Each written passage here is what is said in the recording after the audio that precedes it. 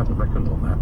The other massive mistake which we made, conceptual error we made, was that we had assumed, because it was true of almost every referendum there's ever been anywhere, was that people who went all the way through the referendum were still basically undecided, if they voted, would end up on balance for the status quo, yes, because it's the less risky option. That's happened almost everywhere, and that didn't happen either. Because it didn't feel like a status quo, oddly, did it? I mean, that was one of the great victories of the snake oil salesman, is that it felt like a kind of a temporary aberration by the time they finished their administrations, rather than actually the best available system. Yes, and I think the failure of the Remain campaign was that we didn't give people with sufficient clarity the reason to believe that it was too risky to do, and therefore we enabled